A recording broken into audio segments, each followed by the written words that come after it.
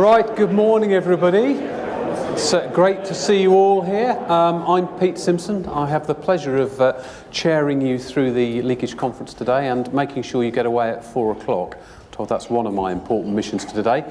It's fantastic to see you all here. It's fantastic to see a slightly improved diversity in the audience. You'll know that Bob and I have had that as one of our big challenges. It's getting better. Every year we see a little bit more diversity in our audience, and you know, it's important. It's important in terms of the journey for the water industry. So, welcome to the second day. I'm picking up obviously from Bob yesterday, who chaired things, and I'm really looking forward to chairing the event. And thank you very much to everybody who's joining us online today as well. Now, today we'll continue to focus on some of the important issues, trends, and emerging technologies. And as I'm sure Bob will have said yesterday, these discussions about sharing knowledge are ever more important given the focus on the water sector and performance, given the forensic scrutiny on our sector at the moment. And this is why coming together and collaborating and sharing knowledge is really so important. It's clear to all of us that the challenges we face can't be solved just alone. So yesterday's session closed very much with insights from the recent Innovation Fund winners and an update on one of them that's moved into the second phase, which is great. And today we can carry on that theme with a focus on innovation and research before we move on to looking at case studies focusing on operational and technical developments. And we'll close the day with a look at resilience and in the context of leakage management. There's a particular series of things that I know Anglian Water are very keen to share in that session as well about climate change and resilience around water mains with Professor Tim Fairwell. So I thought maybe just right at the outset, just to mention why Bob and I keep turning up here and taking part in these events, if anybody's wondering. Both of us are sponsors of the public interest commitment around tripling the rate of leakage reduction. That's one reason. But perhaps more importantly, it really matters to us because we know how important managing demand is to the future of this industry. If I relate that to the company I know, Anglian Water, by 2045, we've got a shortfall of 571 million litres a day. A shortfall of 571 million litres a day. What is that made up of? Well, 66% of it, 66% of that shortfall is driven by a reduction in licences, abstraction licences by the Environment Agency, and what we need to set as the environmental destination. So how much water ultimately needs to be left in the environment. So 66% of that gap is about the environment. Now, why do I say that? Well, because quite often in these sort of conferences where you will be immersed in all the technology and all the detail and all over the place, and sometimes we can lose the message to the people who pay the bill about what we're trying to do here. So in East Anglia, this whole issue of actually meeting that supply deficit is about providing more water for the environment. So it's an environmental objective. And when we look at, well, how are we going to solve that? So we've got this sort of 571 megalitres deficit by 2045. That's the gap. How are we going to solve that? Well, everybody goes reservoirs. You might have heard in the east of England we're going to put in 2 enormous reservoirs, 50 billion litre reservoirs. Well, only 37% of the gap is going to be addressed by holding back some of that water that currently goes out to the North Sea with these enormous reservoirs. A similar percentage has to be addressed through demand management, which is about leakage and it's about water efficiency. So this stuff that we're talking about really matters. The reservoirs are nice and big and sexy and I can talk about them forever, and people get really excited about that sort of big infrastructure. But it's only just over a third of the answer. Just over the other third of the answer is all about the stuff that you're heavily involved with. And the remaining bit is actually about reuse schemes, it's about desalination, it's about transfer schemes, if you want to know how we're going to ultimately close that gap and meet that shortfall of 571 million litres a day. We put about 1,100 million litres a day into supply at the moment, to give you some context. So yeah, it's over 50% of what we're talking about. It's huge amounts of water. So I think it's really quite important when we're having these sort of conferences and we go away from them, that we don't just go and share all the technology. We actually talk about the benefits of what we're all doing. We talk about the benefits for the environment. It's obviously in sharp focus at the moment. We talk about the benefits for resilience, and we talk about the benefits for enabling economic and housing growth in the regions we all serve. So let's think about those things as well when we're communicating this on. Otherwise, you risk having a conversation about leaking pipes all the time. And that's not what this is about. This is about actually what we do collectively to drive those bigger benefits. And I think one of the things that really occurs to me when I think about some of the narrative that's been going on in the industry recently, everybody is focused around storm overflows. Storm overflows is the thing. Continues to be talked about an awful lot. And clearly there's an objective around reducing spills from storm overflows across the industry. However, the reality in the east of England is, if you think about the quality of rivers, about 1% of the reason rivers in the east of England aren't achieving good ecological status is because of storm overflows. 1%. The majority of the reason rivers in the east of England aren't achieving good ecological quality is because of flow, the biggest one. Have they got enough water in them? Guess what? That comes back to this point about how do we reduce demand? How do we leave more water in the environment? Nutrients, phosphates and nitrates, and actually the fact that a lot of the rivers need to be re-meandered, re-wiggled, if you like, to make them more natural watercourses and die straight. So this stuff matters. It matters across all the stuff that you talk about all of the time, but it matters for the environment as well. And in the current narrative around the industry, that's important. And the final point I just underline, I presented at a global leakage conference only a few months ago. And just to reflect, round the world, when the world looks at the UK and looks at what we do on leakage, they are incredibly impressed at how we cooperate and collaborate and share. And some of the stuff you're going to go through here today is stuff that doesn't happen in the same way elsewhere in the world. And when we were talking about kind of some of the stuff that's going on in the UK, you've got countries coming up and people from countries going, wow, that's fantastic. God, I wish we could create something like that which we've got here. So again, whilst we're all under the crosshairs and in the spotlight and all the rest of it, it's quite important to remember that out there, actually, there's lots of countries looking at what we do with envy in terms of how we share and work together and collaborate. And I think it's important to underline that because I think that therein does lie the opportunity for us. So just some reflections from me. And before we start the first session, I'd like to extend a very warm welcome to our exhibitors and supporters who obviously make these things possible. So we've got Aqualog, Burmad, Guterman, HWM, Muller, Avaro, SME Water, Suez, Takura, Technolog, the Water Report. And thank you all for your support. It's really appreciated. And I've looked forward to having a walk around your stands a bit later on. And just to remind you of a few of the practical things, please turn your phones off and other devices which have got notifications that might get in our way. We're not expecting any fire alarm tests today. So if there is an alarm, you will need to leave by the exits. They're all clearly marked. And you've got them there. You've got one here as well. And there are fire marshals here that will tell us what to do in terms of this particular venue. Please do raise questions as we go through for the speakers. I'm going to try and do a bit of what Bob did yesterday and take lots of questions from the floor, integrate it with Slido, but please not all questions via the technology. It's nice to get conversations going in the room as well. So please do use Slido, but bear in mind, I'm going to be trying to draw the questions out from the floor as well. And we'll be running some Slido polls as we go through the day, so make sure you've got that set up on your phone if you haven't done already. Don't forget the feedback forms. Judith, you're always telling me about the feedback forms. I was going to waive one, but the feedback forms, they do matter. It helps us just to understand what changes we make for next year based on what you say is important to you. So they are valued. And also, absolutely pathetic effort so far on the thought wall. It's as though none of you heard anything that was said about the thought wall yesterday. So I went to have a look at the thought wall. First thing I did this morning was I thought I'll go and have a look at the thought wall, see what all the thoughts are from this illustrious collection of leakage experts. There wasn't a single post-it on any of them. And there were, I think there's 5 boards up there. So the expectation is there that there's 5 boards worth of stuff to fill in, not a single post-it.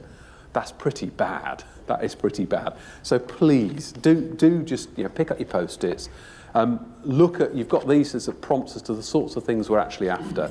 So is there anything that needs to be unlocked or changed to help the industry achieve its goal of a 50% reduction in leakage by 2050? What are some of the pinch points or pain points that might be blocking progress? And also, what's working well? What needs to be shared and replicated? You don't have to write chapter and verse, but a few bullets might be helpful, and then we'll reflect on those at the end of the day, much as we did at last year's conference. So I'm hoping that might generate at least one post-it by the end of the day. So thank you for your support with that.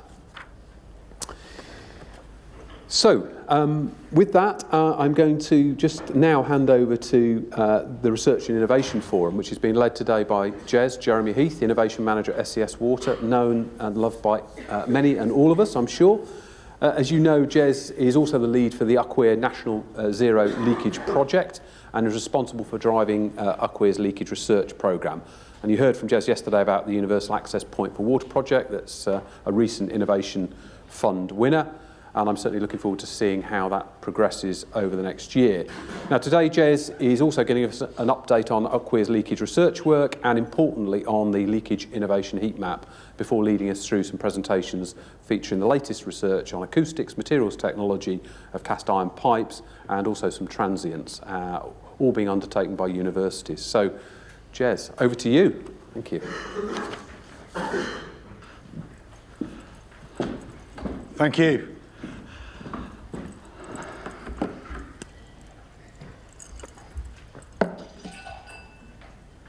I love it here. I have to admit, I really love coming to this conference. Partly it's looking around, absolutely packed room, yeah, an air of expectation, learning about leakage, but the stuff I really like about this conference is I'm not speaking at the very end of it. Because honestly, every time I turn up for conferences, they go through, right, let's go through everything that's happening at the moment. And then they go, oh, we'll do a little bit about research and about innovation. And because nobody's really interested in that, we'll stick it at the end of the last day. And you end up speaking at 4:30 where there's 3 people in the room and 2 of them are on their laptops. So what I really love is the fact that when I come here, research and innovation is front and centre. Here we are, beginning of the second day, and we're going, this stuff is important. Because if we're going to hit those challenging targets, we can't just do it the same way we've always done it. We've got to adapt. We've got to change. We've got to learn new ways of doing business, new ways of working, and that means innovation, and that means research. So what I want to take you through this morning is where those research plans are going. And honestly, what I want you to be doing is looking at this critically. Now, some of you are not going to be involved in this research, but I still want you to look at it and pick me up on it. Because you are the people that do leakage. It's vitally important that we get your views. I want to know, where are the gaps? Where's the stuff that we're missing? When you look at our plans, as we go through this stuff, I want to know, where is the things that we are not thinking about that we should be? So look, take the opportunity, pigeonhole me or stick it up on the thought wall and say, Jez, you're missing this, or no, I agree with you, that is important. Let's get that feedback from everybody in this room, because this is your program. Okay, so that's me, Jez from SES. Thanks, Kieran Brocklebank, for that one. But I'm Jez from SES Water. I'm the innovation manager there. Been in the industry 30 years. I've been doing innovation for 10. 2018, I spoke at this conference. Found the original presentation this week. Spoke at this conference, and from that, I took on the UCWEAR program lead. So, that's our UCWEAR program as it stands at the moment. It's a really busy program. The only people with anything like this are the water quality people, okay? So we've got 15 projects there in blue that we've completed, okay? Data that's gone out and said, big, thick report, here's what's going on in that area. We've got 11 projects in green. That's our live projects, okay? You're going to be hearing from some of those later on. But those are our live projects going on at the moment. We've got contractors, consultants working on those, and they're going to be turning out the results. And then you can see that we've got these ones here in a kind of orangey colour. Colourblind, can't tell. Orangey colour. And those are our ones that are now going live at the moment, just coming through. And I want to take you through those. And the reason being is that some of you won't know about them. A lot of you will, I know. But again, it's this gap analysis. Where are we missing stuff? So by showing you the current things that we think are priorities, it gives you an idea of going, is that actually a priority, Jez? So what's been going on? Well, firstly, I want to explain to you how we choose these projects. So I'm the program lead, but I have a co-program lead. That's Doug Spencer. He's from Anglian. I've also got GURPS, helps out on this. And those of you who are old in the and missing a bit of hair will remember Dennis Dello. Dennis will not give up. Dennis is still part of this program, still deeply engaged with what's going on. So the four of us sit down in London and we start to come up with a project list. And the idea is, with all of these big questions, is it's strategic. Years ago, it was very tactical. All the water companies would throw in their projects. Everybody would vote for what they thought, and it was kind of who shouts loudest.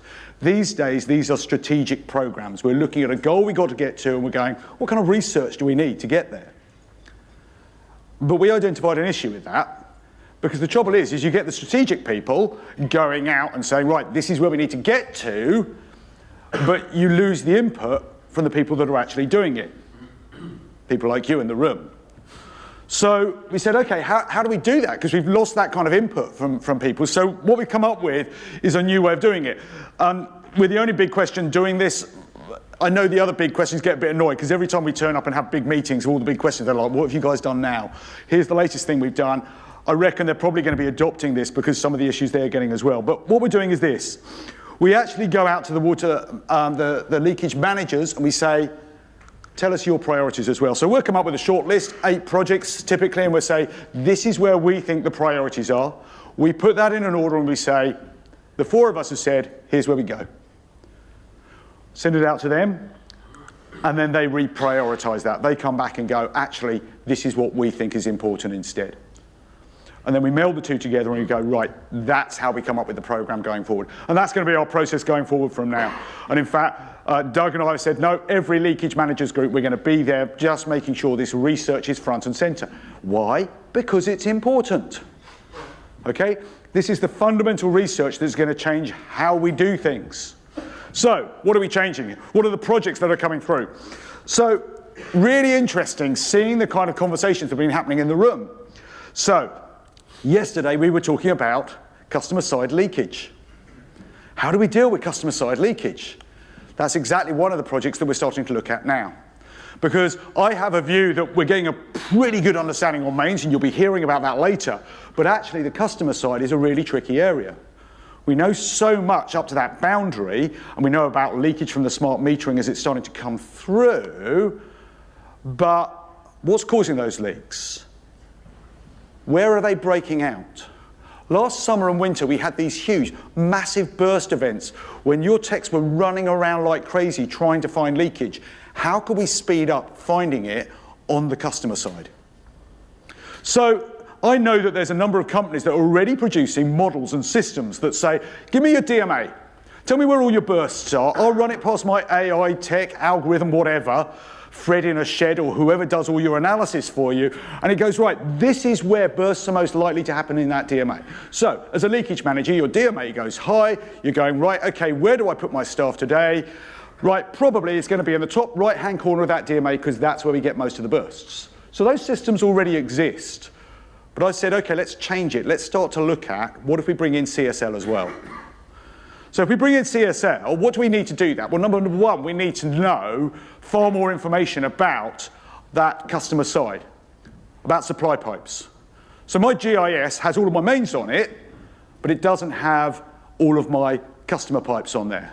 And it certainly doesn't have things like material, date laid. So where can I get that information? So part of this exercise is actually seeing whether water companies have that information. So we get that information and then we feed that in and go, okay, let's take that information, feed it into these models and go, can you start to predict where customer side leakage will break out? Now, one of the things you'll hear me talk about, and you'll see starting to come through, is what we call 3-mode breakout. 3-mode breakout says that pipes fail for different reasons. So number one is the standard mode of failure. That is where we get deterioration of a pipe, transient or pressure wave goes through, pops the weak point, okay? That's the standard mode of failure. Winter mode, ground movement due to the thaw. Okay? It's a one-off event. You wake up the next morning, your leakage manager has gone white as a sheet and lost all their hair. Okay? Because everything's gone crazy overnight. Winter mode we know about. The other one that we're now seeing coming through is summer mode. Soil moisture deficit goes above 100, the clay dries out, the whole ground moves, and you get 6 weeks of sustained bursts. They are different failure modes for your pipes. So, if we start to separate out the failure modes of our customer supply pipes, then we can start to understand, if I'm sending them in under a normal situation, yeah, if you're looking for mains, it's going to be top right, but actually if you're looking for supply pipe failures, it's going to be bottom left. If you're in a massive burst event, and the reservoir is falling, and you've got your directors screaming at you, because any moment now, 10,000 customers are going to be out of water, you will want any tool you have to prioritise finding those leaks in that area. And that's where this will come in as well, because it will be saying, right, in a ground movement event, the most likely area for your supply pipe failures to be failing is the bottom right-hand corner. Start looking there. That's why that's an important one. Optimising selection of pipes for renewal. So we focus on reducing leakage, and one of the methods that we're doing that with is replacing pipe. Absolutely. How do you do it? You typically look at your mains condition, and then you look at how many bursts we've had and things like that, correlate the two together and go, yeah, reckon those are the ones that we need to replace. But what if you're replacing pipe to drive down leakage? And a number of companies are now in that state. The only way that they're really going to start driving it down in the future is by massive replacement programs. And I'll show you later, but we're starting to see that in a number of the PR24 plans. So you're replacing a pipe for leakage, not for bursts. Is that different? So Dennis is kind of championing this one and going through, and he's going, okay, can we actually go down to a sub-DMA level and start to say, okay, let's understand the leakage on those pipes, rather than how much they're bursting, how much are they actually leaking? And whether that will change our program of replacement. Again, it's a piece of research which we're probably going to need in a few years' time. Certainly for a number of companies, they're going, we're not there yet, but you will be. So we need that in place now. And the final new one that's coming through is looking at the success of previous mains models. Now, this project is looking effectively at the previous methods we used to do no-dig renewals. Okay? All of them, but particularly the no-dig stuff. When I first came into this industry, I was doing scraping and relining. So some of you would have heard about Section 19 yesterday. You're thinking, what on earth is Section 19? Yep, Pete's nodding, he remembers. Yep, Section 19. Section 19 was where the inside of our pipes crudded up, okay? The best description I can give you, yeah, with all of the iron and such like inside, it was causing us no end of issues, and so we had huge programs of going and scraping and relining all of those pipes. Anglian had you had the biggest program, I think, yeah. 25% of the network done by that method. Okay? Huge programs are going out doing that. We were doing pipe bursting, where literally you split the pipe open, yeah, and put a new pipe in. We were doing slip lining, where you put a new pipe down an old pipe. All of these methods were going on in the past. They have practically died off in the UK, and the reason, as you heard yesterday, is because of the 3-hour interruptions to supply. It makes it really difficult to use any method that involves you taking out the existing pipe. So, I want to look at this and go, okay, how well did those methods work? So the slip lining, pipe bursting, relining, all of that work that we did that change the networks at all? Now, we actually did this. Section 19 work was done because of water quality, not because of leakage. But does it affect leakage? Let's find out. So this one is effectively going back to those mains and looking. Why do I need that? Because, let's face it, at the moment, I can't do slip lining, pipe bursting, or relining in that way. My son plays chess. I used to be able to beat him. No longer the case. He does a horrible thing on me frequently where he puts a piece on the board or he moves a piece and I'm like, why have you put that there? I have no understanding why. And then 3 moves later, I'm in checkmate. Okay? He moves a piece for where he needs it in 3 moves' time. This is what we're doing here. With Sam and with others, we are looking at that 3-hour interruptions to supply, and I'm working on the basis that we will be able to change that. And if we change that, and you've heard already, you have put that in, if we manage to change that, the next question will be is what methods can we use to replace our pipes with? That's the research we need now. So we get that in place now so that in 2 or 3 years' time, that's ready for us. There we go. So that's the program that's coming through at the moment. Okay, so let's talk about company leakage research and innovation projects. So many of you will remember or have heard me talk about the leakage innovation heat map. So when I got appointed back in 2018, I got a lot of comments from people going, we're duplicating research all across the industry. And I went, okay, how do we solve that? Because they were saying it's all company research. So how do we manage that? And I went, okay, we've got to get some way of gathering all that information together. And so I did my first road trip. 2019, drove around the country, met with every company. At the time, I was told, you're crazy. No water company will share their research. Why on earth would they give that away? And I said, there's 2 reasons. Number 1 is, we're not in competition. Okay, as leakage companies, we are not in competition with one another. So there's actually an expectation that we will share and that we will collaborate. And number 2, I said, everybody's terrified. 15% leakage reduction, unknown in our industry. Everybody is worried that the neighbouring company has a secret source that they don't and they'd like to know about it. The result was 329 leakage projects shared across 17 water companies. For the first time, we could start to map out where collaboration was possible, where there were gaps in our innovation. And we scored those projects on their financial value, their completeness and willingness to share, so that a fully completed project that was really valuable in terms of the cost of it, and also where the company was saying we'll share all of that information, came out with top scores. And we published the results up on the UCWEAR website so that everybody could go and have a look at it. And what did we find when we did that? We found this. Nearly 70% of our research and innovation at that stage was looking at awareness and location. 20% was looking at prevent. Now, prevent is going to be your mains replacement programs, your pressure management. How do we stop bursts happening in the first place? And only 11% was looking at mend, was looking at how we actually repair pipes and how we fix them quickly. And it kind of gave us a bit of a kick because I kind of predicted that. I said, look, when I look around a room, like here, I can see leakage managers and suppliers, and I know that most of you are in the awareness and location business. Leakage managers, your KPIs are how many leaks are we finding? Absolutely, you've got to drive down leakage, but the major thing you've got in your control is getting your active leakage control people out there, is getting your tech out there and finding leaks. And so awareness and location was a huge, huge driver for the industry. So I've spent the last month driving the country. That's my Google Maps. There we go. You can see where I've been. I've visited every single one. Not in person, I will be honest. About 2, I had to do video conference, and if Northern Ireland are in the room, I'm really, really sorry for that one. The only place I could find to do the Northern Ireland meeting was in a lay-by on the border of Scotland. Doug Spencer and I sat in the back of my car with our laptops open for 2.5 hours having a meeting with them. But it went well. Well, I think it did, but anyway. But we've gone around and we've met with all of these companies, all of the water companies, and we've talked with them. And we've said, look, here's the current state of research in the UK. We took them through all of the UCWEAR plan, all of the company research that's going on, the leakage innovation heat maps, the Ofwat Innovation Fund projects.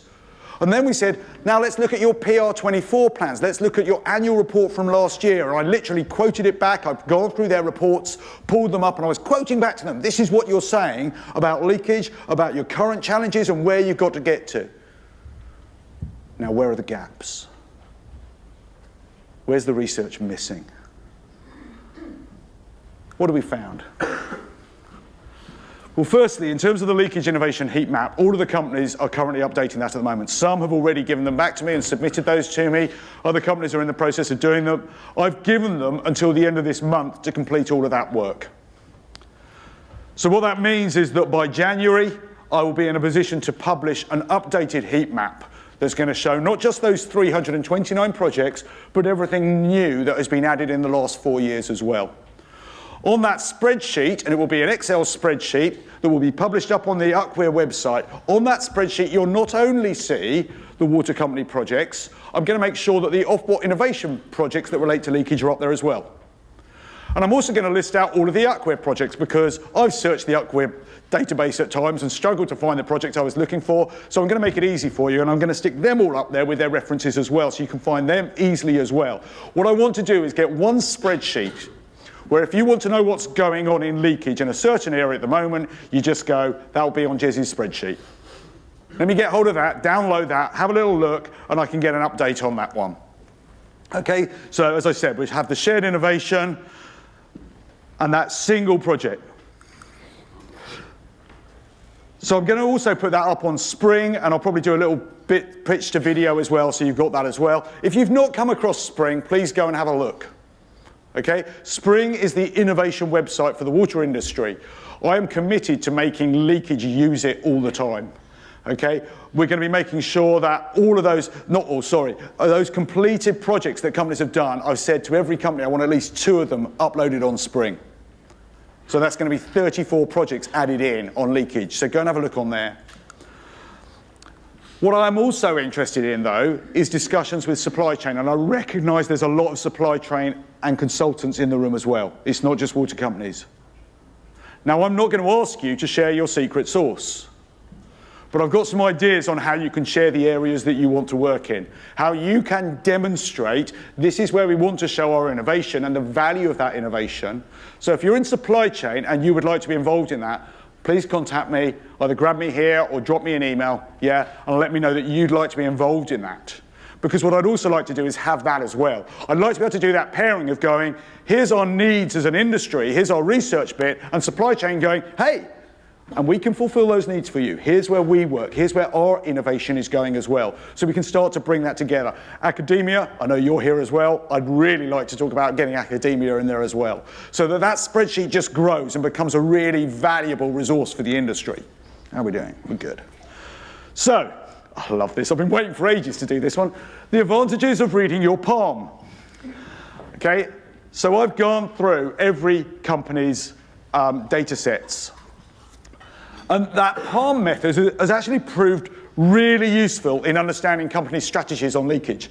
So you may not be aware of this, but every water company has published their data sets for PR24. They're all available online. You can go and download them, and you can find exactly where they're going to spend their money in the next AMP. And if you're in leakage, I'd thoroughly recommend going and having a look at CW19. Okay, that's the table that relates to leakage. If you're a supplier, I would really recommend that you download that and have a look at the numbers before you go and visit a company, because that will tell you exactly what their strategy is. It's going to tell you where they're going to be spending their money going forward. The CW19 allows you to do that breakdown in spend between the various areas. And when I looked at it, this is all the different companies. So you can see them all along the bottom in different colours. So if I start over here on Prevent, you can start to see the split between different company strategies. Who's going to be doing huge, great replacement programs and spending loads of money on the Prevent side? You can start to see the awareness side. Who's doing a massive, great big smart network rollout? You can start to see the locate side as well. People that are doing lots of sensors going out there, doing their acoustic sensors, hydrophones and everything else like that in their locate area. And mend. Let me come back to that. Indirect costs, interesting enough, we didn't include that when we did the PAR model. That's effectively where companies are going, I have to recharge internally and things like that. So just so you're aware of what that is. But it's really useful because for the first time, we're starting to understand where that spend is going. And of course, the really interesting bit is this. 11% of our research is in mend. 52% of our spend is in mend. That's the frightening bit. As I travel around the country, came across it again and again. Companies that are going mad with getting out stuff, finding leaks, getting techs out there, getting acoustic networks, getting smart networks and systems, and doing so much about their awareness and location, starting to look at their prevention, and yet on mend, the leakage managers are going, let me tell you about the work in progress at the moment. How many jobs are sitting there, waiting for repair? That's the bit that we've really got to start to address. Priorities have dramatically changed. We'll see when it comes through on the heat map, but even in my discussions, I can tell you the discussions I've had are completely different from 4 years ago. 4 years ago, everybody was talking about smart networks, smart meters, acoustic loggers, transients and things like that. When I went through with all these companies and I said, here's the landscape of what we're researching, here's where you're going. What's the gap? What do we need to solve? Every company, with one exception, came back and said the same thing. We need to fix mend. We need to fix mend. We need to bring down the leak runtimes. You see, companies are sick and tired of the fact that we can spend £1 million and reduce our awareness time or our location time by half a day. And then it gets passed through to the contractor and it's still running 3 weeks later. We've talked about how the public perceive our water companies. You can do all the good you like. You can put up a fantastic news article about smart networks, about your acoustic loggers, about your brand new systems and how amazing they are, and you'll get the comment section that goes, I've had a leak outside my house and it's been running for 3 weeks. Because that's what the public see. The visible leakage running down the road. So how do we start to change that? I looked at something called Maslow's hierarchy of needs. So Maslow basically, in the 1940s, came up with this hierarchy of needs. And he said, basically, you start off with your kind of psychological needs, and then physiological needs, and then move up through your safety, love, and esteem, and such like. And he basically says, that's your values, is that you start off down here going, no, I really need those. And then once you've got those, then you'll start to think about them. What's really interesting is we're starting to see that same model in leakage innovation. So simply because I've spent 40 hours in discussions with water companies and started to understand the needs, what we're seeing is a hierarchy of leakage innovation and research, and it starts with awareness. We started there anyway with DMAs, everybody going out going, yep, got to have DMAs, got to understand what's going on in my network. And then once you're starting to understand all the leakage that's occurring, people then jump straight into, right, okay, now we need to find where the leaks are, and you're going to locate. Now what's really interesting is the next step. Because people then move into prevent. Generally, we're finding that starts with the kind of pressure management and side like that. And then, as they start to understand the causes of bursts, you then move into that kind of replacement technologies and things like that and go, oh my word, how do we stop this occurring? And then finally, and only finally, do companies start to turn to mend.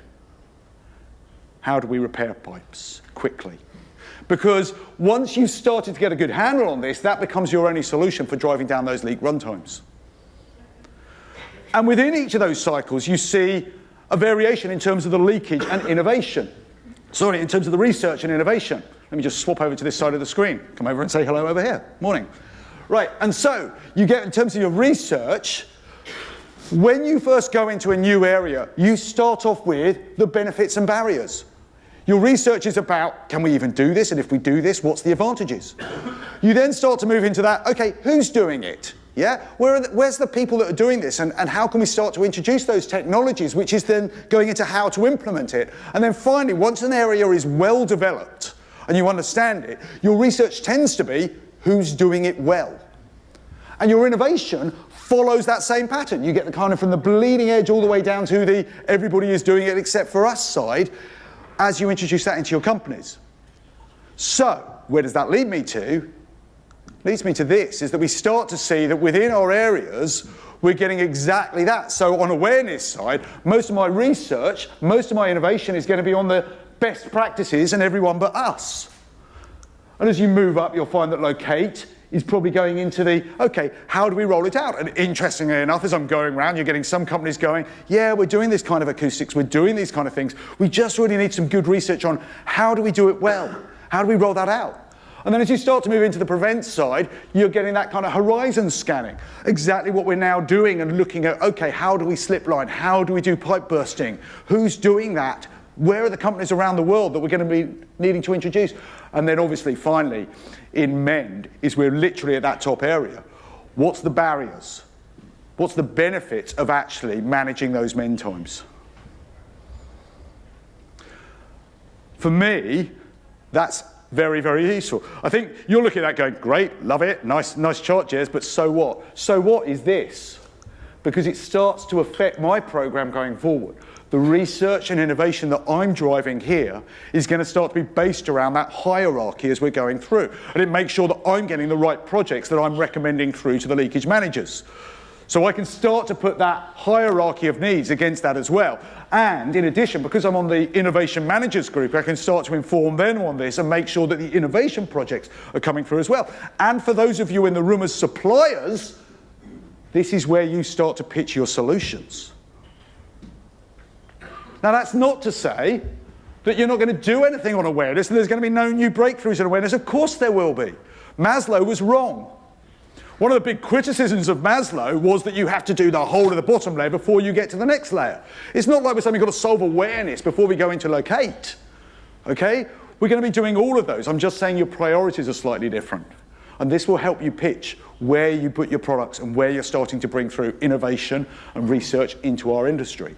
So hopefully that's really, really useful for you as a tool on that. Let me come back to leakage though. What does that do about leakage for us? See, I know how little research we've got going on in that area, and I've got to start kick-firing that one. But the issue I've got is, this is out of our comfort zone. And I'm going to say our, because I'm talking about this room here. Because I'd wager that 95% of us in this room are in awareness, location, or prevent.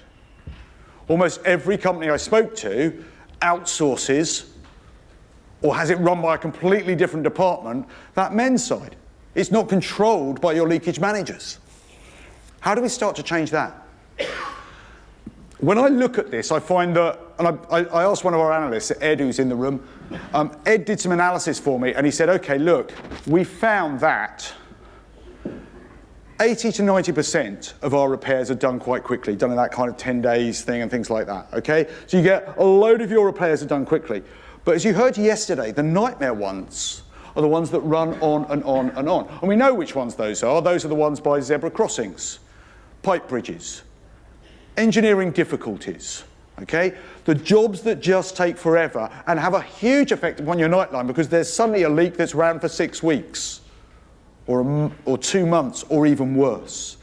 And every time you go down and speak to your contractor, he shakes his head and goes, oh, it's really tricky. It's a really tricky job. So one of the things I'm starting to propose, and what I do on these kind of things is I stick out thoughts in the hope that some of them will work, is I'm going, okay, look, in your companies, and this is the advice I've been giving as I've been going around as well, in your companies, start to look at separating that lot out. Those jobs that are really difficult, start to recognise that your contractor, who's bought 30 JCBs and really wants to use them to dig holes, is not really interested in coming up with massively innovative ways of solving this. So therefore, start to change it. Take those jobs out and come up with specialised guys that can deal with it. So, talking with Dean over breakfast. This is a Dean one, I'll give you the credit for this one. As Dean said, what we need is the special leak service. We need experts who basically can turn up on site and not dig holes, who just go, right, I can solve this. And that we start to get that expertise coming in. So here's my call out to the industry is the next time we have these conferences is that we start to bring in the people that can be our special leak service. Those ones that can come in and go, right, those horrible jobs that run on and on and on, we can solve those. I'm nearly there, I know. I travelled the country and I met with every company. You've seen that slide, I know you're thinking he's repeating himself. I love being at this conference, but I love being in this industry even more. Because every company we met wanted to meet and talk and chat and go through everything. Because we are engaged, we are involved, and we do collaborate in a way I have never come across in any other industry. What we've got to do is build upon the strength of that. Collaborate, work together, share our research, share our understanding, share our knowledge, and work together as an industry. Because in 20, 30 years' time, we are going to be the people that solve that supply-demand deficit, certainly in part, because we collaborated and worked together. Thank you.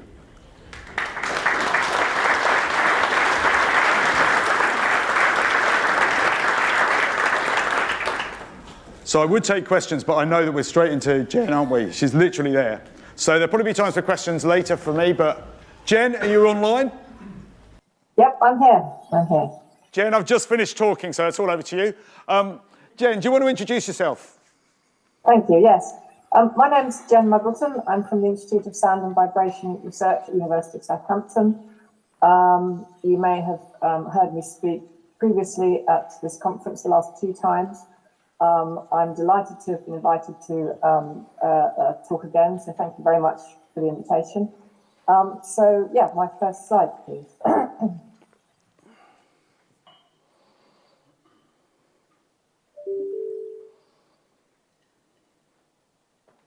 Thank you. So this morning, I'm going to talk about leak to burst, acoustic and material considerations. And these are projects that have a fit under both the Zero Leakage 2050 and the Zero Interruptions 2050 big questions. So just to give you a little bit of context, I've talked previously about some of these projects. These are the portfolio of projects that I have running at the moment at the university. Previously, I've talked about the ones in the top 4 there, leak noise characterization, which I talked about at the 22nd conference, and then at the last conference, I talked about the 3 next ones. Today, I'm going to talk about these 2 leak to burst ones. One is looking at leak noise characterization, and then the other is looking from a materials perspective. So together, the idea is here, if you have a leak, a small hole in a pipe, how does that then evolve into a major burst or a split? And how, from a materials perspective, but then also, can we monitor what that leak might sound at from an acoustic perspective? Can we monitor that remotely so we know when a small leak is likely to become catastrophic? So these are two separate PhD projects which started last year, about a year ago. One I'm directly supervising, and it's in the Institute of Sound and Vibration Research. And then the materials one is being done in the Department of Mechanical Engineering and not directly under me. So next slide, please. So first one, the leak to burst, leak noise characterization. What we're doing here is we're following on from the previous work we've done on leak noise characterization to investigate the leak noise generating mechanism further, to develop a model to characterize that leak noise based on both empirical observations and theoretical considerations, to determine the relation between the leak noise spectrum characteristics and the leak discharge flow, and then investigate how that will change as a leak develops. And there we're looking to sort of integrate strongly with the other project to see how something like a corrosion pit then develops, and then how we can link the leak noise development to that. Next slide, please. Could you just click on it a couple more times, which should bring up the, yeah, and one more, please. Okay, so we've developed a numerical model, which you will have seen a little bit last time if you were here then. So on the top right, this is a numerical model developed in ANSYS, where we have a pipe with flow in it and pressurized, and we're looking at the mean velocity of the jets coming out of a small hole. And on the top right-hand picture, where you can see it zoomed in, you can see that towards the center of the leak, the mean velocity is very high, and then it's only at the very edge of the leak that it drops off. So here we have a turbulent jet with a full velocity profile, which is what you'd expect.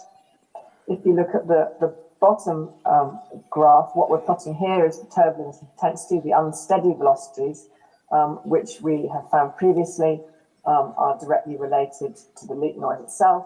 And here you have the completely opposite profile, where in the middle, the turbulent intensity is very, very low, and around the edges, it's very high. So you have these very high velocity gradients, very high density gradients around the edge of the leak, and that's where we believe the noise to be generated. So what that immediately suggests is that if you have something like a circular leak, where the ratio of the perimeter to the cross-sectional area is small, then you have quite a low leak noise compared with the volume flow rate. Whereas if you have something like a slit, where the ratio of the perimeter to the cross-sectional area is large, then for the same leak flow rates, in other words, for the same amount of water loss, you're going to get a much higher level of leak noise. Next slide, please. So what we're doing at the moment is we've developed an experimental rig, which we're looking at in the laboratory, to make things smaller and to make things easier to manage. It's a highly pressurized in-air rig. We've done quite a lot of preliminary work to make sure that this rig is scaled appropriately. So we have Reynolds scaling, Euler number scaling, to make sure that what we're looking at really replicates what one might have in a water rig. And we've got the potential here to make measurements of the mean flow that comes out of the hole, of the turbulence, which is related to the unsteady velocities, and then of the acoustic pressures both inside and outside the pipe, so that we can then relate that to what we've seen on experiments and on real life data as to how the leak noise then both radiates into the surrounding ground and then to the surface, and also how it propagates along the pipe. So next slide, please. Jen, conscious of time, just can you move on to the next one as soon as possible? Just want to make sure, because we've got a lot of people to go through as well. Thank you. We've got some experimental results here that basically show at different pressures you get the same behaviour, provided you non-dimensionalise the results, and we non-dimensionalise it with non-dimensionalised frequency with Struhl number, so you can see those peaks at the different pressures all happen at the same time. Next slide, please. So for future work, we're going to look at the noise inside the pipe. We're repeating the measurements with different geometries. We're going to carry on developing this numerical model, and then we're going to develop an analytical model based on that. And then finally, we'll build a water pipe rig in order to test and make sure that we've done things correctly there. So next slide, please. So this is the second project, which is looking at the evolution of defects in cast iron pipes. Sorry, just a second. It's caused by fatigue cracks initiating from surface defects and going through the pipe wall. We're particularly looking at cast iron and looking at the microstructures and then the impact of the microstructural variation in electrochemical behaviour, because that's not well understood at the moment. Next slide, please. Could you just click on that back a couple of times to just get the ends and objectives to come up, please? Thank you. So we're looking to characterise the microstructure of grey cast iron, understand how the corrosion pits form and propagate, understand how the soil environments influence the pit formation, and then explore the effects of external pitting on cracking initiation and propagation. Next slide, please. So there's some ongoing work on corrosion and nanohardness. We've done some initial testing, simulating the key parameters of clay soils, which are known to be corrosive, looking at nanohardness testing and also pit initiation. Next slide, please. Yeah, and one more, please. Oh, sorry, can you just go back? Thank you. The mechanical testing is focused on particular behaviour called Paris law for the crack growth, and then we've done some tensile testing to ascertain certain material properties such as yield strength. Next slide, please. Just a couple more. So we can use X-ray CT scanning with some very sophisticated kit we've got at the university to observe live crack growth, which will really help to see how things develop. Modelling the propagation in various soil environments, and then looking at crack initiation from different pit geometries. So, for example, for different geometries in the pit, how do cracks then develop, which will then feed into the leak noise ones, and then we can model that same development. I think that's all I have. Just a couple more slides, please. Just some acknowledgement of the academics and students and Of course, the funders, which include Upware, particularly Jeremy and Dennis. Last slide, please. Always looking for people to join us. We're always open to student-suggested projects. If anyone is interested in doing a PhD with us, we can do them full-time or part-time. Please do get in contact with me. I think that's all I have to say. I don't know if we have time for questions, but if not, please do email me, and I'm very happy to engage with anyone via Teams call or email at some future point. Thank you very much. Jen, that was fantastic. Round of applause here for you. That was literally 10 minutes of like, whoa, fantastic. Really, really interesting. I will pick up on just a couple of things. That's really interesting, that modelling, that effectively the sound is coming from the edge of a crack, and that ratio of the perimeter to the size is really, really important about the noise bit. The nano hardness bit, so I've seen your work on that. Nano hardness is really interesting, of looking there and saying that there's a different range of hardness in your cast iron. We always think it as being one homogeneous material, but you're finding that there's very different ranges of hardness. Isn't that correct, Jen? Yes. I mean, that's a lot of the focus of that work, that it varies on quite a small scale. So it's really understanding how that evolves and what conditions contribute to that, what environmental conditions contribute. Jen, thank you very much. I mean, ultimately, it might be possible to say if your pipe is buried in this particular soil, it's going to be vulnerable to this particular type of And that's the key, Jen. That's the actionable insight straight away. For the managers in the room, this kind of research is going, which pipes are most likely to be corroding? We talked yesterday about how long it's going to take us to replace our pipes, and we're looking at hundreds of years. That cast iron that we currently have in the ground is going to be there for a long time. Let's understand how it develops into leaks. Jen, thank you so much. And that's a really neat segue into the next presentation. So, Edward, I think you're up first. So, over to you. Thank you very much. Hand it over to you.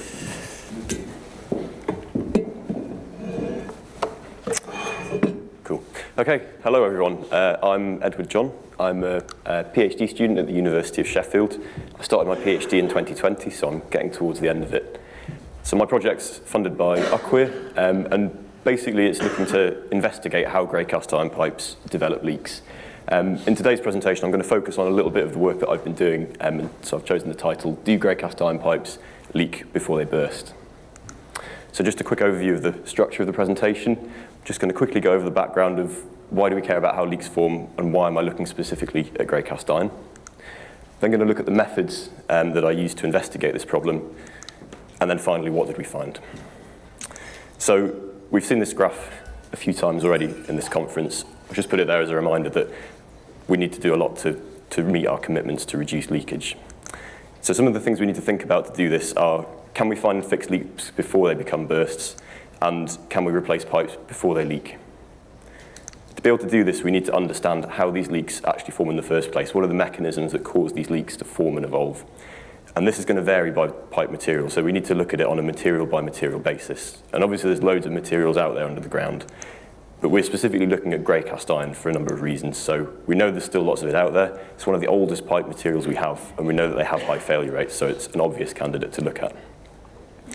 Grey cast iron also has some quite unique properties. It's very vulnerable to corrosion, specifically deep pitting corrosion, graphitization, and it's also very brittle, so it's prone to cracking when you apply loads. So the next question is, how do we think leaks start in grey cast iron pipes? So as I've mentioned, we know they're vulnerable to corrosion, so this effectively removes iron from the wall and replaces it with a much weaker corrosion product. We also know that they experience loads from a variety of sources, but an obvious one is internal water pressure. And we know that this varies with time, so you get pressure pulses, transients, variations across the day. So what we think happens is that these loads cause stress in the pipe wall, and the corrosion pits concentrate the stress, and this enables cracks to form, even when the loading's much lower than you'd expect to cause a kind of uncorroded pipe to fail. But the question is, what does this cracking process actually look like? Do we go straight to a burst like this? Do we have a period of stable leakage? Or does something else happen entirely? So that's what we set out to look at in this work. Just to kind of summarize this process, effectively we start with a load, in this case pressure. The load causes a stress in the pipe wall, and the corrosion pit amplifies that stress, and then the stress causes a leak and crack to form. So you're going to hear from Tom in a few minutes. So just to show how our projects align, I'm mainly looking at how stress causes cracks which leak. Tom is looking at the top half of the process of how loads cause stress in the pipe wall. So together, we're covering the whole process. But anyway, back to leak before burst. So the question we formulated was, do grey cast iron pipes leak before they burst? And what are the characteristics of these leaks?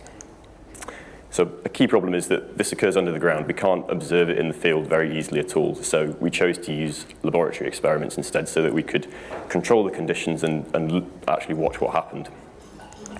So in our lab experiments, the kind of conditions we wanted to create was this little diagram shown here, a pipe with a corrosion pit subject to time variable water pressure to try and create a leak.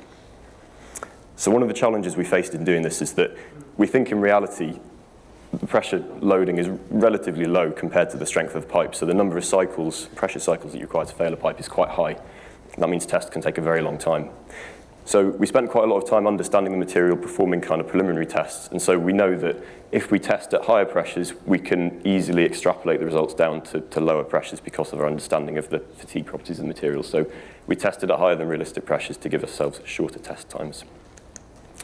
So this is the experimental equipment we used. So on the left, we have our pump unit. This was specially designed and built for this project. And this is what applied our time variable water pressure loading. On the right, we have a universal fatigue machine to apply bending. I'm not going to talk about the bending results today, but this is part of the wider project of trying to understand loading more generally. So in the wider project, we've not just looked at internal pressure loading, we've looked at bending loading too. So for test specimens, this was another challenge we faced. So if we dig pipes out of the ground, they're in all kinds of variable state, variable conditions. The materials can be quite different. So to simplify things, we used new small diameter cast iron pipes and added our own kind of artificial corrosion pit geometries as shown on the bottom there. Anyway, so on to results. So what I'm about to show you is a high-speed video recording of a pipe developing a leak. So at the start of the video, there is no leak. There's just a pit in the pipe, like the one I talked about. And at the top, you can see the real-time pressure in the pipe. So pressure's starting to cycle. There's no leak. And then all of a sudden, the leak forms very abruptly. Interestingly, we didn't really expect to see this. The leak is only kind of occurring at higher pressures of the pressure cycles that actually caused the leak to form. And then again, all of a sudden, the leak just transitions to a burst just in one cycle, and the pipe's lost the ability to hold the pressure that the pump can supply it. So this, I guess, shows the leak before burst process happening in kind of a condensed time frame. So this is another test, very similar loading, identical pipe, identical pit geometry. I don't have the pressure trace on it, but if you look very closely at the pit, you can see a little bubble of water kind of starting to form out and dribble. So I guess this shows that even though the conditions are pretty much identical, the actual early stage of the leak formation is very different. So in the previous one, the leak kind of just sprang out straight away.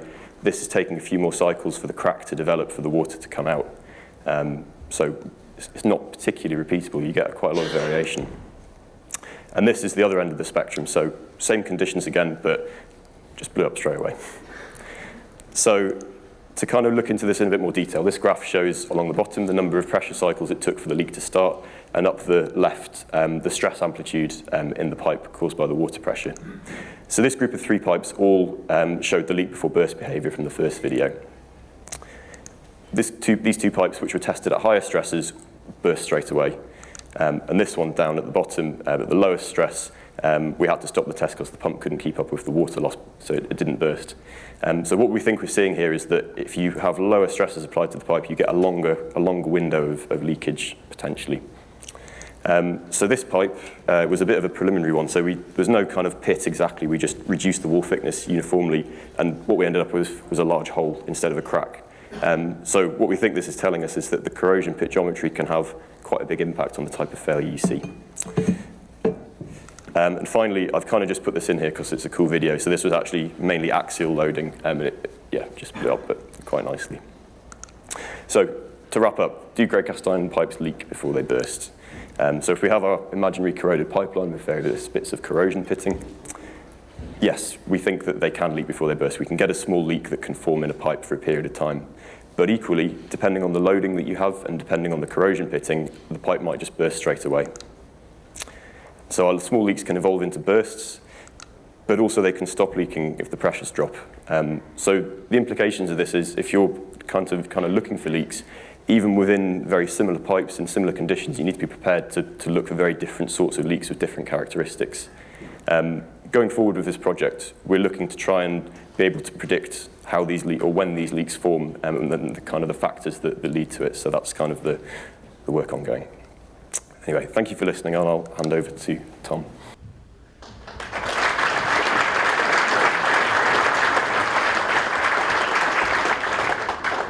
Thank you for that, Ed.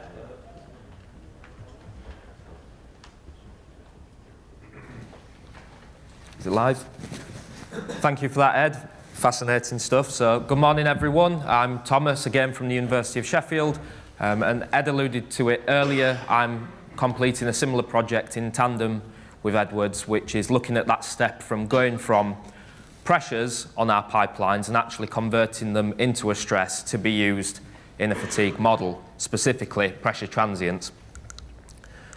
So I'll just segue into pressure transients for a second specifically. I'm sure they're the bane of most people's work lives here for one reason or another. So just off the top of my head, some of the ways that their effects can manifest in our networks are, of course, very dramatic burst events, the mobilization of sediments that exist in our network, which leads to discoloration events that might not have occurred during steady state, and actually water quality events through the ingress of materials which weren't previously in our pipes prior to a negative pressure during a transient event. But what I want to talk about today with regards to transients is how they may influence the fatigue of our pipes. So if we look at a certain point on a pipe, a transient will look like simply a change in the pressure at that point with time. And when we have a change in pressure with time, we can expect in turn a change in stress. And changes in stress with time naturally lead us to consider the effects of fatigue. But unlike, say, a plane wing, where before every use we would hope that someone can visually inspect with ease whether there is the occurrence of a crack or the effects of fatigue, with a buried pipe that's very difficult. And it's certainly not practical, the idea to dig up our pipes, simply to look at them and not replace them while we're there. So when it comes to the understanding of the fatiguing damage on our cast iron pipes, we need to rely on non-intrusive methods, specifically fatigue models. And I've shown here a quick diagram of how a fatigue analysis might work in very simple terms. So we begin with, in this case, our pressure, i.e. the transient, and we'd convert it into a stress on the pipe, and it is the stress itself that then feeds into a fatigue model to give us our service life estimation.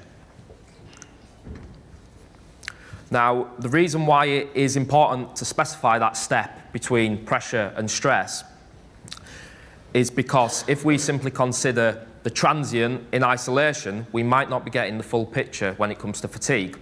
So I've given here a diagram. If we imagine two examples, a pipe that's essentially uncorroded, granted an unlikely scenario in our network, but if we subject that to a transient of a magnitude much greater than a pipe which does have effects of corrosion on it externally, but a smaller transient, using simply the idea that a bigger transient is a bigger stress and therefore more damaging from a fatigue standpoint, may mean that we choose the wrong pipe to replace.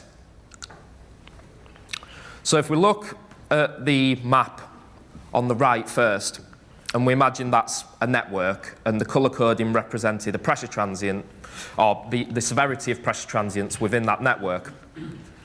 Currently, we like to simply assume that pressure is analogous to the stress, and therefore we can simply use our understanding of the pressure transients in the network to infer fatigue and therefore which pipes should be replaced first. But what my project is working to do is to actually see how transients interact with pipes, specifically with corrosion, to see actually whether the map on the right needs to show a different metric rather than just pressure, and actually a metric which describes fatigue damage. So I've said what we hope to do.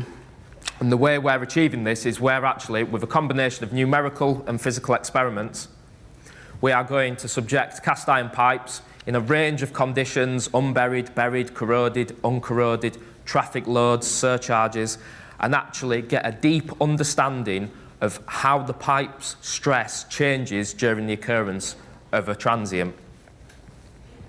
And if we get this, we get stress models which are validated and we are confident they're robust enough to be employed by networks, then we can again move away from this idea that a transient is a source of fatigue and actually start to understand it's a transient's interaction with corrosion which is a source of fatigue. So just to ram this point home, we've already got some data here of an uncorroded pipe.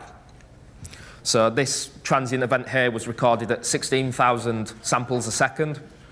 So rather conclusively capturing what we expect to occur during a transient event. And we can see that the relationship that we'd expect under steady state, i.e. a rise in pressure leads to a linear rise in the expected strain, and in this case, therefore stress, does hold. So for an uncorroded pipe, actually the initial assumption of pressure can infer fatigue damage is probably correct. But again, how many times do we expect to see an uncorroded pipe, especially an uncorroded cast iron pipe, in our buried networks? So we're aiming to replicate reality. At the University of Sheffield's iCare facility, we're employing a buried test section rig of over 30 metres in length and using machining methods to, on cast iron pipes, generate controlled conditions of external corrosion to replicate what we might see from exhumed pipes on the far left.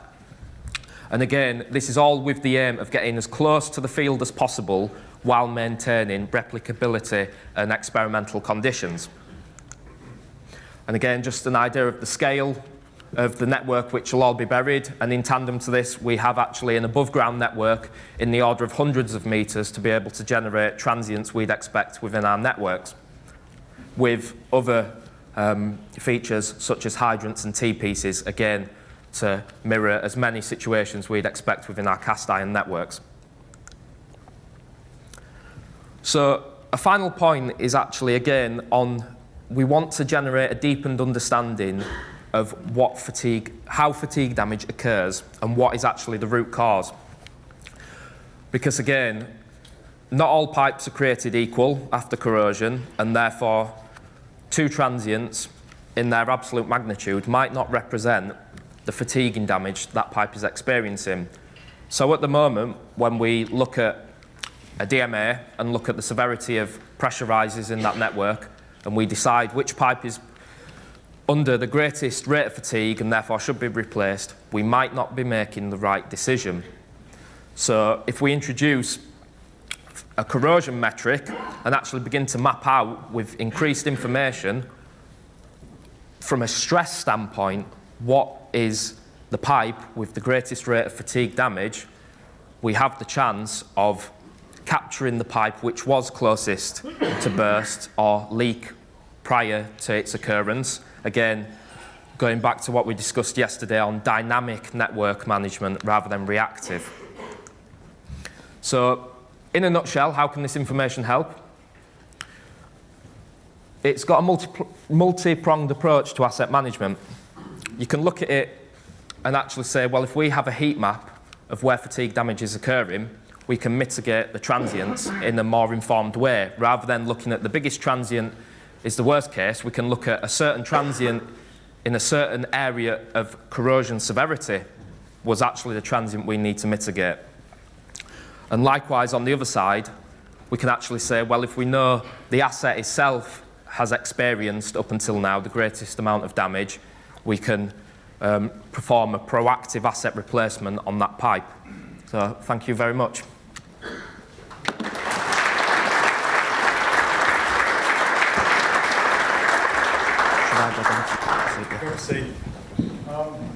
Ashley, can I just ask for another round of applause for the two of them?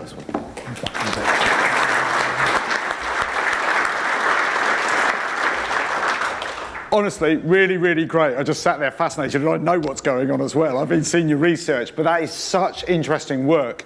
As I keep coming back to, we're going to have that cast iron in the ground for many, many decades and probably centuries. We've got to understand what's going on with it. I was in Germany recently. Germany and the German wood companies were extremely proud of the fact that they'd replaced all of their cast iron. Wasn't any cast iron in the ground. Brilliant, fantastic, low burst rates and everything else like that. But it cost their customers so much to do that.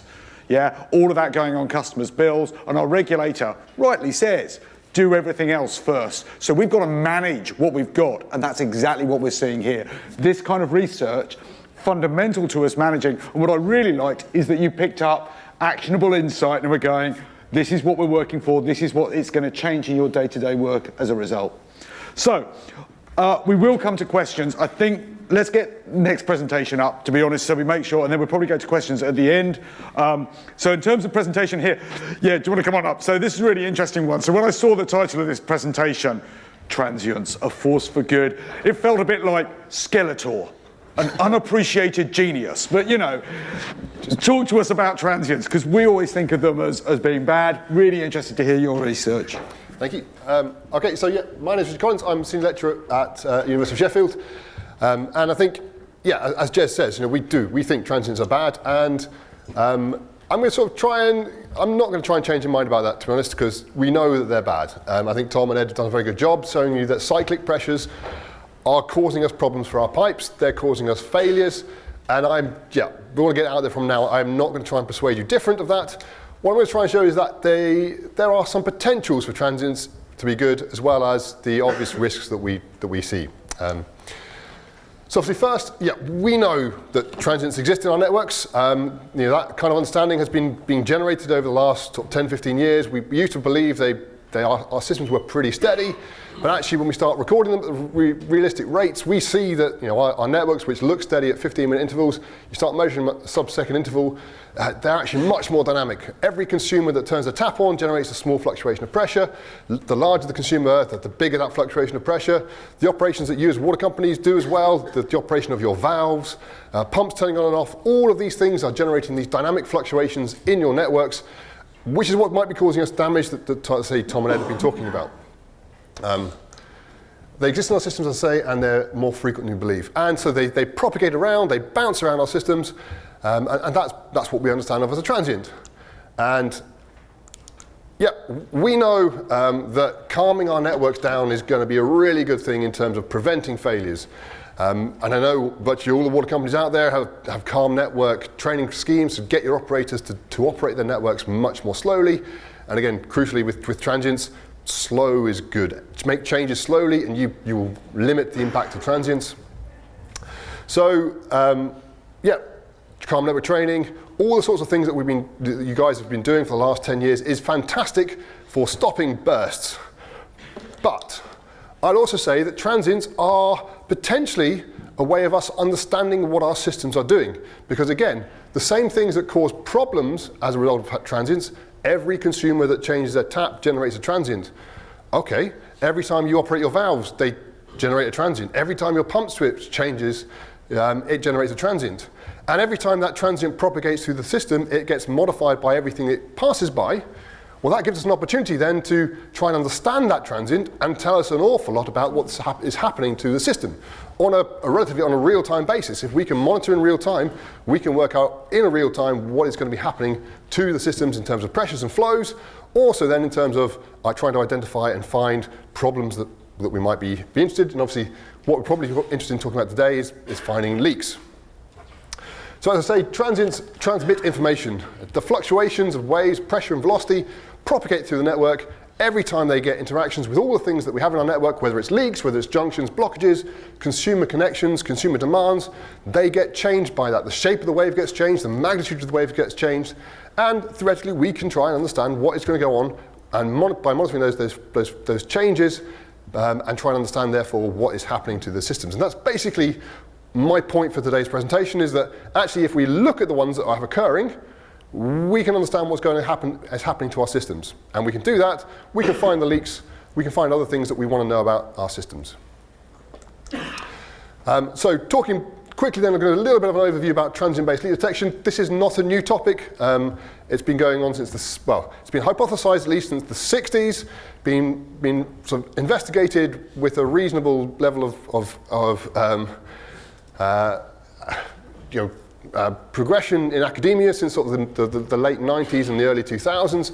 But basically it's the idea that when a transient propagates through the network, we can see the effect of a leak on that wave propagation. As we can see here, without a leak, we get the sort of wave in the background, that nice square wave, the nice grey square wave in the background. When we have a leak present, we see the effect of the leak in two ways. One, in that we see that sort of cut out on the top wave, that's literally that pressure wave bouncing off the leak and coming back to us. And the second thing is that we see a steady decay in the magnitude of that wave as that leak actually allows some of the energy of that wave to propagate out of the system and decay away. So the two things that we look for whenever we're looking for leak detection is that decaying wave and that sort of shape of the wave change that tells us there's a leak. So people have been doing this for years. They've been trying to inject transients into networks. They've been trying to understand the transients which propagate around and see if they can identify signals like this in those to try and identify where leaks exist. There are a few different approaches to doing that. The most common of which is kind of the transient-based reflectrometry. So a bit like sonar, and I know you had a bit of talk yesterday from SEAL, who are doing the same sort of thing, but on a slightly different sort of frequency and scale. But basically, you put a pulse into the system, and you try and listen back from what you get back from your response in the network. Very much like a sonar, it works on various different scales. We put the signal in. If you get the signal in, you can see that in the top right-hand corner. This is what you get back out, and the magnitude of the leak that you're reflecting off changes the amount of signal that you get, and you can quite clearly identify where there's a leak. If you do this well enough, you can identify where the leak is as well by the time it takes for that diffraction to come back. It gets a bit messy, it gets more challenging in plastic pipes. Everything gets more challenging in plastic pipes when you talk about waves. But generally speaking, theoretically, this is really very easy, or conceptually very, very easy. But I don't know of any company that actually does this at the moment, despite University of Sheffield been doing research on this since the mid-2009, I think, or 2010. Nobody's really been able to implement this in a way which actually makes a pragmatic difference to what you guys and your water companies are actually doing. So the question is why is that? And well, generally speaking, as far as we're concerned, there are three big challenges in terms of using transient-based reflectrometry approaches. The first one then is just the acceptance.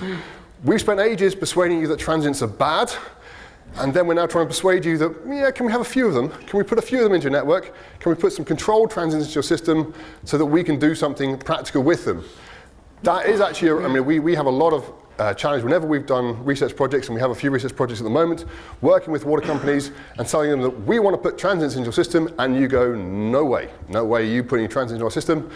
We're sort of getting over that a little bit now, but being able to explain exactly the kind of system, the transients we are going to try and put in, explain why we're trying to put them in and what benefits we'll have, and that we have a good level of control over the transients we're going to put in, which is why we're kind of calling them surgical transients now rather than just sort of generic ones. But that idea of being able to put the transients in the system is quite important. Obviously, we can't do that. We can't do these reflectrometry type approaches. The second biggest challenge is actually getting a good signal into the pipe network. When we do this in the lab, we have complete control about how we generate a transient, and that's great. We can generate transients of whatever size, shape that we want to, with whatever valve operations and things that we have access to in the lab, which is why we get really good results in the lab. Obviously, putting that into the field, we're limited by the ways which we have access to the pipes to inject these transients in the first place. And we're mostly limited with what we have, which is mostly hydrants. And hydrants are not particularly good in terms of injecting transients in the network. You have some source of your transient generation on the surface through whatever complicated hydrant that you might have, through whatever riser there is between the hydrant and the pipe. So actually often we don't know what is being injected, actually what the transient wave looks like when it's in the pipe, so we don't know what we should be looking for in terms of reflection when it's coming back. So that's one of the next big challenges, in trying to understand how the hydrant itself interacts with the wave that we're generating to work out what wave we propagated into pipes, and then trying to work out how we can actually generate the wave that we want in the pipe to give us the reflections that we want to see later on. So this is one of the bits of work that one of our students is doing, Charlie Whiteleg, who's one of our wire students with Scottish Water. He's at the moment investigating the dynamics of the hydrants themselves for transients, and then after that, then he'll be looking at how we can then use those transients in the pipeline to do leak reflectometry. So yeah, that's the next thing. That's the second thing that we don't really have a good way of generating transients. The third thing then is it's just obviously complicated to try and identify what we've actually got in terms of reflectometry, in terms of picking up the leak responses in the midst of all of the other responses that we have from the pipes. We know that everything that reflects, everything that the transit passes by, it reflects off. So junctions, consumer demands are all going to be seen in our signal again, and we have to try and pick those apart from the signals we're looking for, which are the leak signals.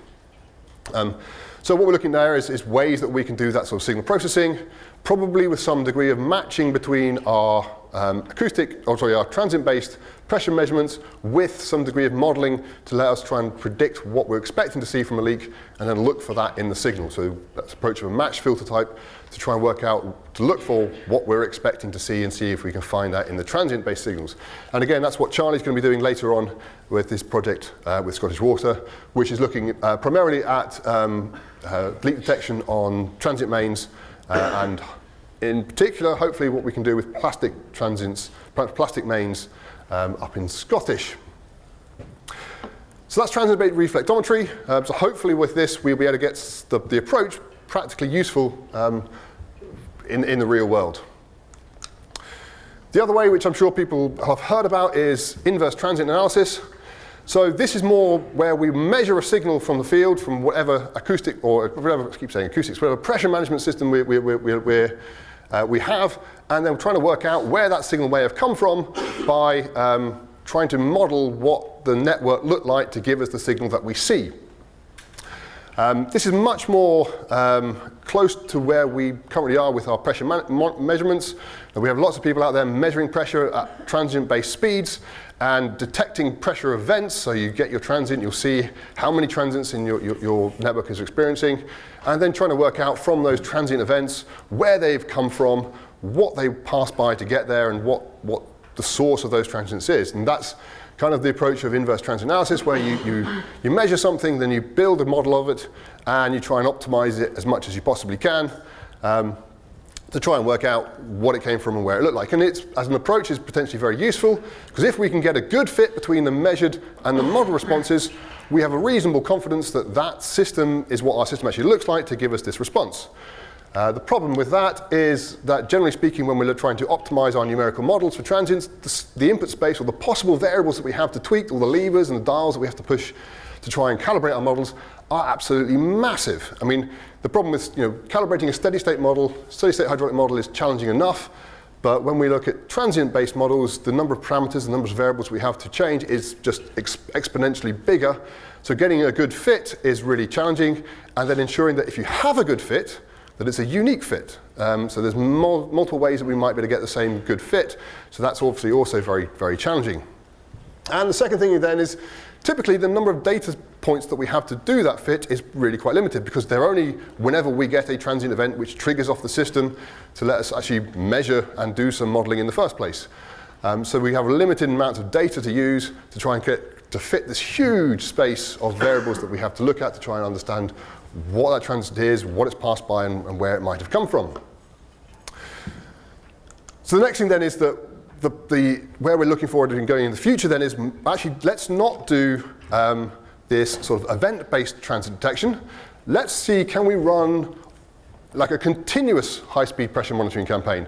So not looking for when is my pressure past some threshold, record a bit of data with that. Let's see if we can capture all of the data that's involved.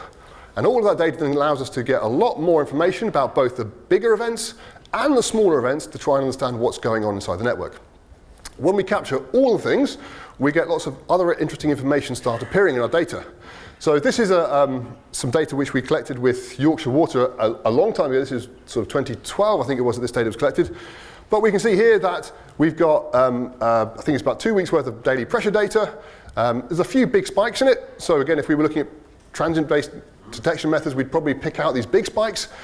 But we've also got all of the daily operation of the network, the small-scale operation caused by consumers, caused by whatever else going on. And here we can see But the bottom here, I'm not going to technical, it's just a spectrogram. So on the bottom we've got time, on the side we've got frequency, and the colours and magnitude. We can see that something strange has happened. It's a shame I don't have the day before this, but basically you've got a normal daily pattern and something changes. It's not particularly obvious. It's probably that event, but it's not particularly obvious what's happening in the system based on the pressure itself. But we can quite clearly see on the spectrogram, something very clearly changes at this point. And it didn't change back instantly. In fact, it changed back over the course of a period of a few days, where we can see these patterns, these bands in the frequencies shifting until they return back to what basically is a normal pattern about 4 or 5, well, that's probably about a week later in terms of what's going on in terms of the pressure. So what we're looking at there is then that something's happened to the network, and the system is then taking a long time to respond back to how it usually operates inside the network with how all of the consumers are generating the events that they generate, and the system is and what we're looking at is how the system is responding. Now, we've never been able to get to grips exactly with what the cause of that was, partly because we were never able to go back to that system to monitor it. But it gives the idea, though, that the system isn't static over short term and isn't static over slightly longer terms as well. And if we just capture these one-off events for the transients, we're going to miss the information that we can see on that spectrogram for how things change over time. And I would posit that that is transient-based information which we potentially would be very useful for us to understand to try and do various things with it. And obviously, taking that information and we can visualize it on a graph, and that's fine. But how do we actually take some useful information out of it?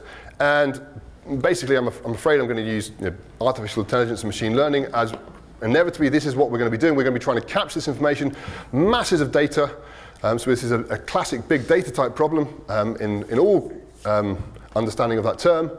And we can look at how we can try and extract the information from our networks. Now, I've been running projects looking at probabilistic-based transient propagation, where we try and predict how transients are going to propagate around the system with the uncertainties that we have about our network. And then by including measurements of that, we can reduce that uncertainty and basically can tell us what's happening to our networks over time. The animation, which is kind of slowly running down in the bottom corner, is trying to show that operation in person, where we measure transient-based pressures, and we can infer from that consumer-based changes in demand, which is the step changes. These are transients generated by consumers. But we can also see that over time, we're getting a good understanding of this. This line here is matching back to a pressure out or a flow outlet from the system, which is varying with pressure. So this is not a pressure outlet which is varying with on and off. It's one which is varying with pressure, one which we would suspect was probably a leak. So we're trying to predict what the outflows of the network are, and by doing that, we can then classify those to whether they're consumer demands, ones which turn on and off, or ones which are there constantly, varying with pressure, which we would suspect would be leaks. Finally then, I think I'll talk just very briefly about then where we're trying to implement this at the moment. And I know Stuart has talked to you already yesterday about the Managing Background Leakage project with Ofwat. So University of Sheffield is working with HWM to run through that project. HWM do some data collection, and we're trying to see what we can do in terms of the analysis. And as part of that, we're collecting from fantastic data sets with both high-speed pressure data and high-speed consumer demand. And from that, we're able to try and extract out information about which of these fluctuations in the pressure are being caused by consumers and which ones will be being caused by other causes. And then can we really use the fluctuations of pressures that we see in the network to try and nail where some of these low-level background leaks are actually occurring. The other thing which is also being collected as part of that project, which we are keen to explore, is the acoustic data, the standard acoustic type data. But one of the things that we're interested in exploring as part of this project is also how is that acoustic data being modified by the presence of these transients that are passing through our networks. We know this is continuously fluctuating pressure. We know that when you have a leak, the flow going through the leak is dependent on the pressure. You've already seen this morning from Jen that the acoustic noise is a function of the flow through the leak. Therefore, we would expect to see that leaks are constantly changing their noise response as we change the pressure, as we change the transients that pass by them. We have a fantastic data sets where hopefully we're going to look at both the acoustics and the transient data to combine and see if we have evidence of being able to detect leaks which are changing their acoustic signal as a response of the transients going through them. And hopefully that changing signals are usually easier for us to detect than static signals. That changing signal will give us something that we can nail in terms of the leak finding process that we've got. So I think that's pretty much where I am ending. So you can read the conclusion. The only thing I'd say is just finally, as you've seen, Charlie was presented as part of the CDT for the wire. We've gone in for a second round of that CDT wire, which we hopefully hear news about very soon.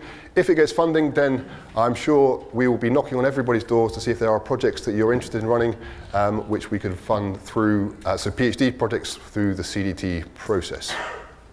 I think there's me, Charlie. I will stop there. Brilliant. Thank you, Richard. Richard, do you want to grab a seat?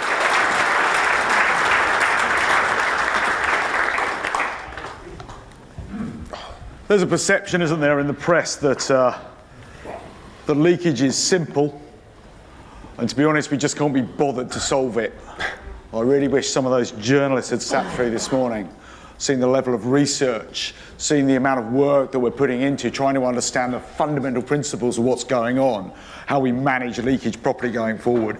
Fascinating. Thank you so much for that. Really, really interesting. And to be honest, for me, that raises so many other bits that you kind of spring out from that. But thank you. I think the really interesting bit for me as well is that fundamental understanding of how these leaks develop, yeah? And therefore, what do we do differently as a result of that? I'm particularly interested in that kind of that acoustic information as well. It's kind of growing from the work that you got there, going, okay, what does that do to the sound that's coming out? And why is that important? Because we've talked about mend and repair. If we can start to prioritise those repairs so that we know which are the worst leaks to get on, that's vital for us. And if we can use anything like sound and that crack growth and going, it's on cast iron or it's on ductile iron, it's on this material. So not only do we know from that sound what this leak is probably like at the moment, but based upon the material science, we know what's going to happen to that leak over the next 2 weeks. That is going to change your prioritisation and it's going to change how you react to that leak. So that's why this kind of work is absolutely fundamentally important. Now, I've got a load of questions on here, but I'm going to open it up to the room first. So, questions from the room. Yeah, go on, we'll start at the very back there. Mark, is that you? Yes, Jez. Hi. Some geekage questions. Go for it, Mark. I don't mind. I have 5. I'll just run through them quickly. They're pretty easy to get through. Mark, I'm going to give you 2. All right, 5 is just 5's out the room. Okay. Okay, interesting one. Internal corrosion. Inside the pipe. So if you're going through your amplitude that you're inducing, sorry, on your test, excuse me, on your test bench with the pipes, have you found that the velocity changes are kind of affecting the internal corrosion, which would be accelerating the wear from the inside of the pipe? So would that be considered? And the second one, just going back to my other university days, are you doing any finite element analysis of how the cracks or failure propagates along a pipeline? Okay. Yeah. Thank you for the questions. Yeah. So, in terms of internal corrosion, yeah, the only bit of exhumed pipe that I've been given by a utility had internal corrosion on it, which I think is generally regarded as less common, but clearly it does exist. For the test I showed, we used external corrosion just because it's a lot easier to get to the outside wall of the pipe to add the corrosion. The models that we've developed in the background to kind of understand the fatigue processes in the presence of these pits could be applied equally to internal or external corrosion. It's the material kind of just sees a pit. The stresses will be slightly different, but that's something we can account for. The second part of your question was finite element modelling. I think, well, maybe I'll pass that to Tom because I think you're kind of done a lot more work on finite element modelling than me. Yes, that's. It was the question, sorry, have we included finite element in our projects as a whole? Yes, definitely. But a key part of finite element is we want to make sure that when we move from the computer to the lab, and then more importantly, from the lab to the network, that we are confident that you can use this. We don't want this work to be relegated to a journal paper and never actually implemented within the network. So we are using finite element analysis because ultimately the solution space you can explore on a computer is far greater than what we can achieve in a reasonable time frame physically. But a critical part that we want to get across is that this isn't finite element done on its own, that the experiments we're using to verify and validate that finite element are as close as possible to the field to give you the confidence that it can be applied. Brilliant, thank you. Yep. So interesting, because we're going to talk about background leakage in a moment, but let's see your question. So, Stuart Trow. Question for Edward and Thomas. Two excellent presentations. Well done. There's a difference between vertically cast iron, grey iron, and spun iron. Are you looking at both types of iron pipe? That's a really good question. It's an easy answer. The easy answer is we're just looking at spun cast. It's generally regarded as more common. It's also a little bit stronger, so I think probably the pipes that have survived that we're kind of interested in assessing the lives of, probably more likely to be spun cast. They're quite similar. There are clearly differences. The flake sizes, the graphite flake sizes are different in pit cast, and also the kind of the propensity of them to have casting defects is also different. So I think what we're finding about spun cast pipes is probably largely applicable to pit cast, but probably need a little bit more work to interpret it. My experience is spun pipes have higher ring strength but less beam strength, so they tend to get more vertical fractures. Yeah, I think that's because they realised that the material was stronger, so they thought they could make them with thinner walls, so then they've got a smaller cross-section, so they're more vulnerable to bending. So yeah, it's an interesting the kind of trade-off between the two. Can I just add in on that as well? So it's a great point you've raised in terms of just one of the variables which is apparent in a cast iron network. There is no such thing as a cast iron network which can be applied with a blanket term. So not just the point Ed raised with regards to the material, but the use of pit and spun cast occurs over different time frames, and different economic and social constraints mean that the quality of the laying changes, and how the joint is made changes. And we can go to the level of, was it made in the winter, was it made in the summer? So you're absolutely right, there are a range of factors to consider, but ultimately, for our project specifically, we need to sort of put our spade in the ground at some point and fix these parameters. The companies don't always know whether it is cast or spun. Yeah. well, whilst you're speaking this, Stuart, or at least not for you so much, but one of the questions that's come through, and I was just looking at which ones have been particularly upvoted. And the one that's got the most votes actually is, have we just seen evidence of background leakage in Edward's videos? Okay, so let's just go through that. So you have videos, and we were looking up there. So you showed that small crack starting out, and we saw it kind of spurting, and then it got to catastrophic failure eventually, yeah? So that would be one bit of background leakage, is that we have small cracks or small holes that form, yeah? And that's below the level of detection that we can't actually hear at that point. Correct? So that we know that one exists. But interesting enough, one of the other models of background leakage that we were hearing about yesterday is that we have large cracks, yeah, that fail catastrophically, and we're just unaware of them, yeah? So you showed one where you went, and I just showed this one because it was pretty and fun. How did you do that one? What was that one?